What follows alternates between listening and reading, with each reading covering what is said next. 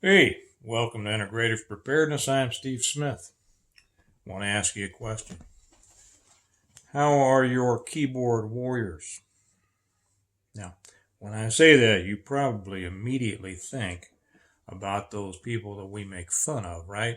When we're talking about some things, some of us with a lot of experience in certain areas, and we get some troll or some youngin, some unexperienced, or just some idiot typing comments in there that's totally off base, exposing either their ignorance or their simple desire to start an argument or to start trouble, or to act like they're tougher than they really are. And that's a lot of it is those that try to act, like they do all that, right? We get them on here sometimes.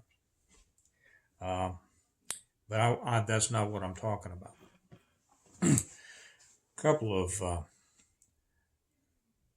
couple of videos ago, and I forget which one it was, and I'm sorry that I don't have time to go back and really search it up, but one of our commenters, one of our patrons over on Patreon, um, put in and by the way, if you're not on Patreon, you ought to be. The link's down here. I've just put up a whole bunch of stuff. You get stuff over there you don't get on YouTube. Up to you, but and he reminded me, he made a statement that reminded me of something I hadn't thought of in years. And that is an Israeli unit that is called 8200. And I don't know how many of you are familiar with them. I'm going to read something about them in a minute. Maybe I'll read it right now because then I'll follow up with some things. Unit 8200. I'm going to read here just from the wiki page. That's because I don't remember enough about it. I knew a little bit about it, but I don't know enough about it to really give as good of explanation as I can just read it to you. So I will, and then I'm going to come back and make the point. Unit 8200 is an Israeli intelligence corps unit of the Israeli Defense Forces responsible for collecting signal intelligence, SIGINT, and code decryption. Military publications include references to Unit 8200 as the central collection unit of the intelligence corps, and it is sometimes referred to as Israeli SIGINT National Unit. It is subordinate to Amman, the military intelligence directorate. The unit is composed, I want you to listen to this. I'm sorry, that came out wrong. That was like, I want you to listen to this. No, what I mean is, listen to this. The unit is composed primarily of 18 to 21-year-olds.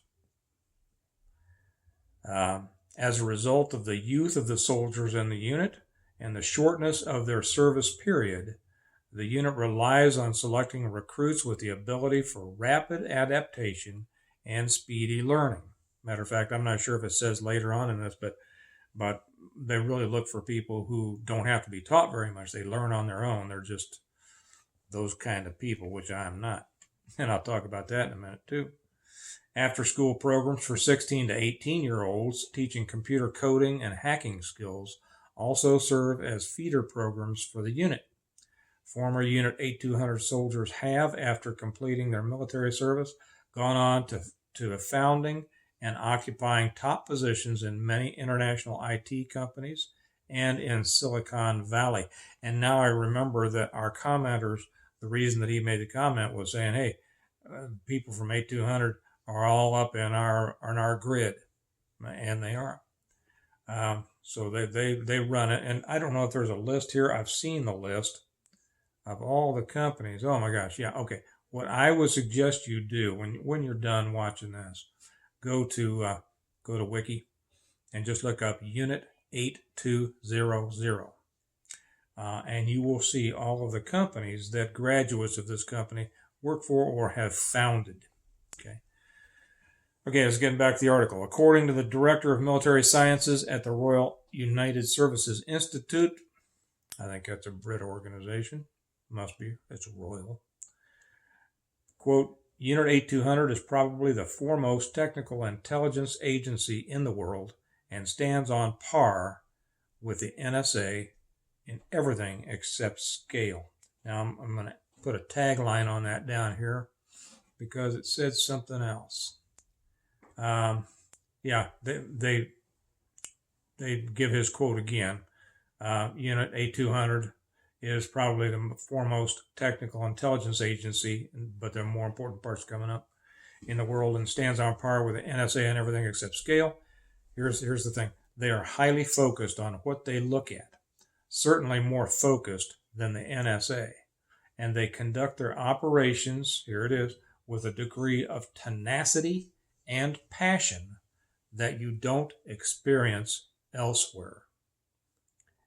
He didn't say you don't experience many other places. He says they don't experience elsewhere. And anybody out there who have, so read a little bit about that. I think you'll be interested. Anybody who has had any dealings with Israel, IDF, you see a focus because there are reasons for that focus. I'll set this aside and say a couple of things. So their keyboard warriors have been instrumental in many of the major operations lately.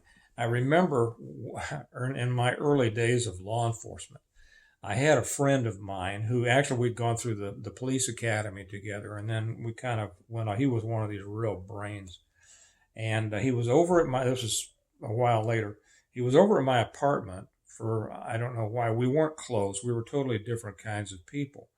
And he was telling me, he said, and it was the first time really that he and I had had a chance to talk. And I think we were both surprised that we kind of, enjoyed talking to each other.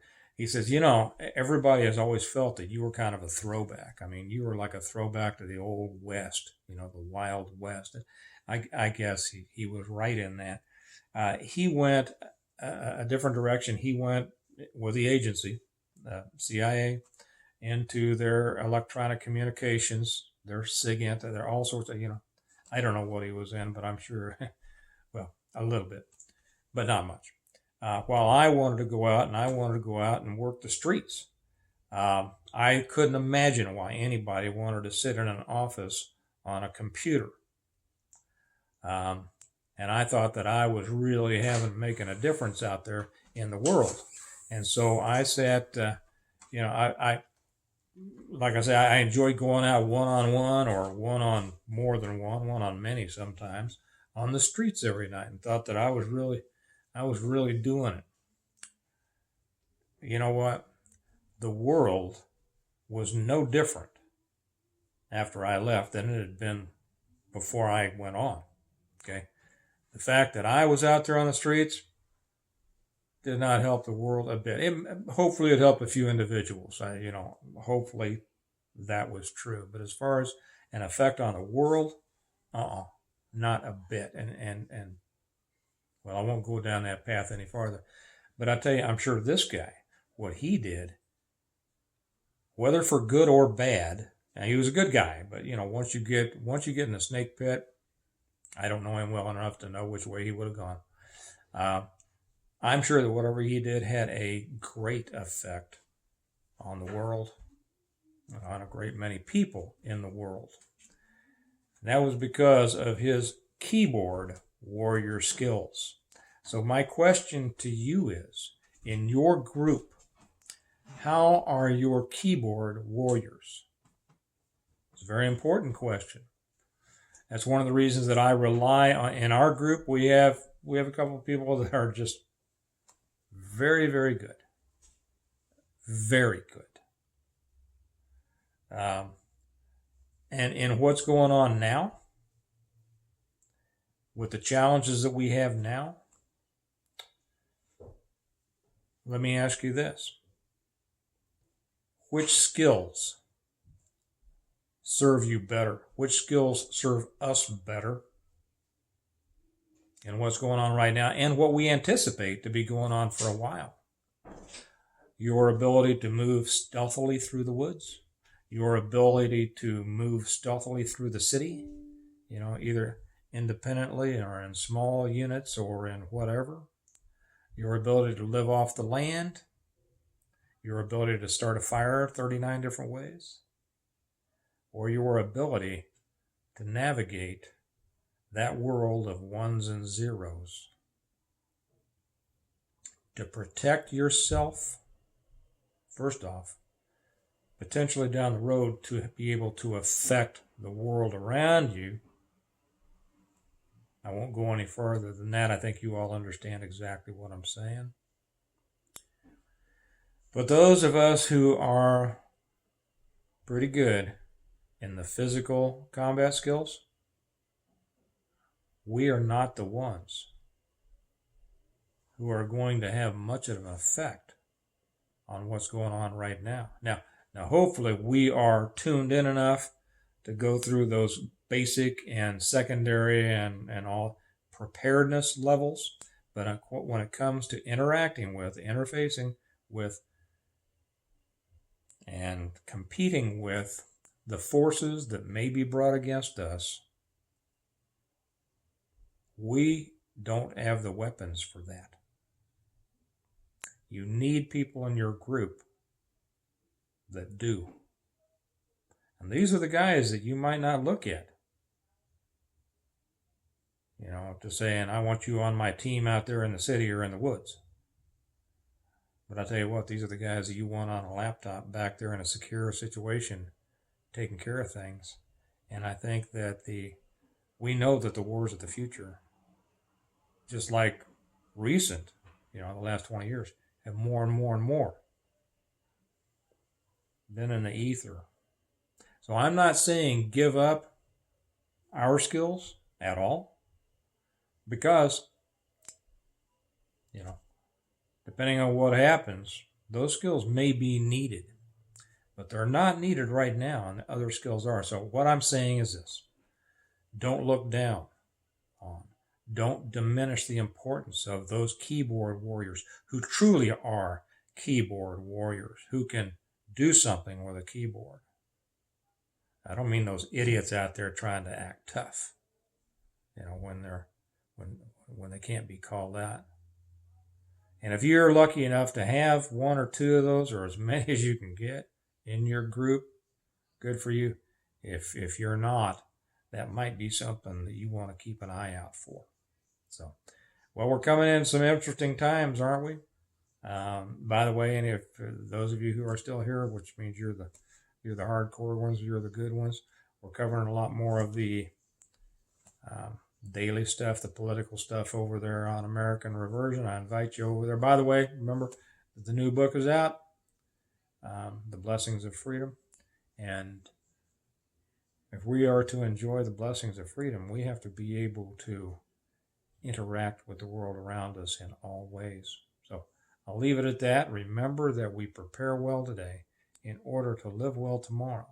And our preparations have to ensure that we're able to interact with the world on all different levels.